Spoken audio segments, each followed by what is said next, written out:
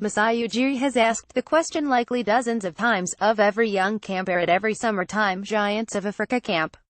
Have you ever met someone who didn't come from a woman? There's not a person in this world that I've seen that didn't come from a woman.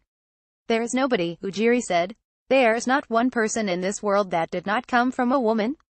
Ujiri makes the point to teach his camp attendees about respecting women, and it was a story the Toronto Raptors president repeated again this week at an evening celebration of women in Raptors leadership positions. Story continues below. Advertisement. The Raptors hired women for several key roles this past off-season, and the 47-year-old Ujiri summed it up matter-of-factly on a recent Bill Simmons podcast when he said hire women. But if the makeup of Toronto's NBA franchise is more female than most, it happened organically rather than by design, Ujiri stressed. It works here for us, because it's worked for me. Hire women. I said that because it's working for us, Ujiri said in a phone interview this week. It's inclusion, it's opportunity, it's diversity.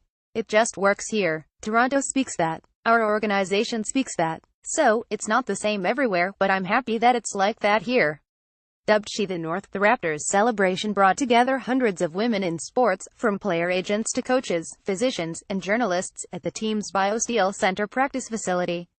Ujiri told the crowd he'd love to see a female general manager in the NBA. And I hope she comes from Toronto, he said. He looks forward, he said, to when his 3-year-old daughter Zahara is old enough to appreciate the female influence with his NBA team.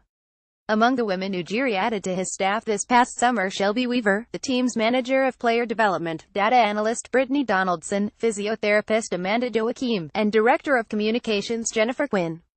This off-season we had positions that we needed to fill, and it just happened that it was all women hired, which was amazing, but it wasn't by plan or design, said Teresa Resch, the Raptors VP of basketball operations and player development.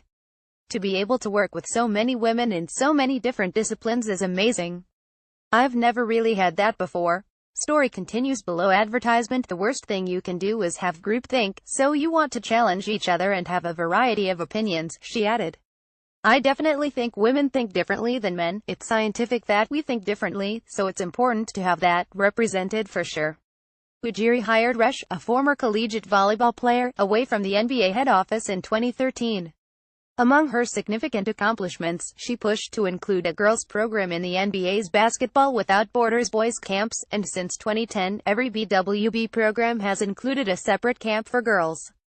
The NBA is a leader in diversity and inclusion among pro sports franchises, and boasts the highest percentage of women in executive positions, in teams, and the NBA head office. But Resch, who is one of the highest-ranking women in NBA basketball operations, believes there's a long way to go. She pointed out that only 2% of the applicants for the Wayne Embry Fellowship, an initiative to grow basketball talent in Canada off the court, were female.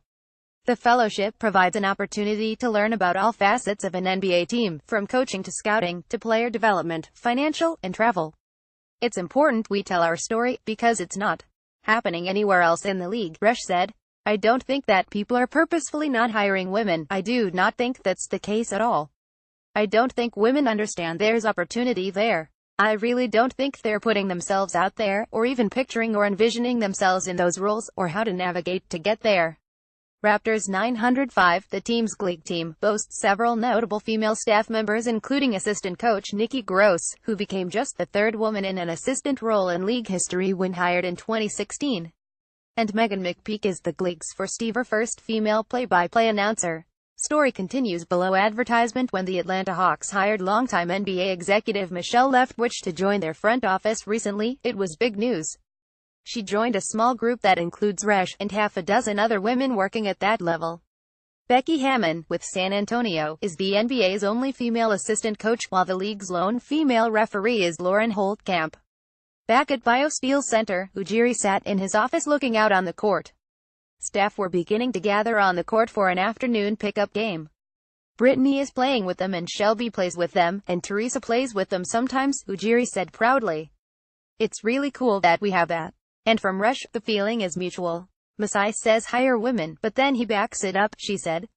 He treats us the same as the guys and holds us accountable. He's not going to hold back. If I do something wrong, I'm going to hear about it. That's important. Women don't get special treatment, we get equal treatment. And nobody wants special treatment. You just want equal treatment, and he definitely does that. The Raptors will host another She the North event in conjunction with the League Showcase in January.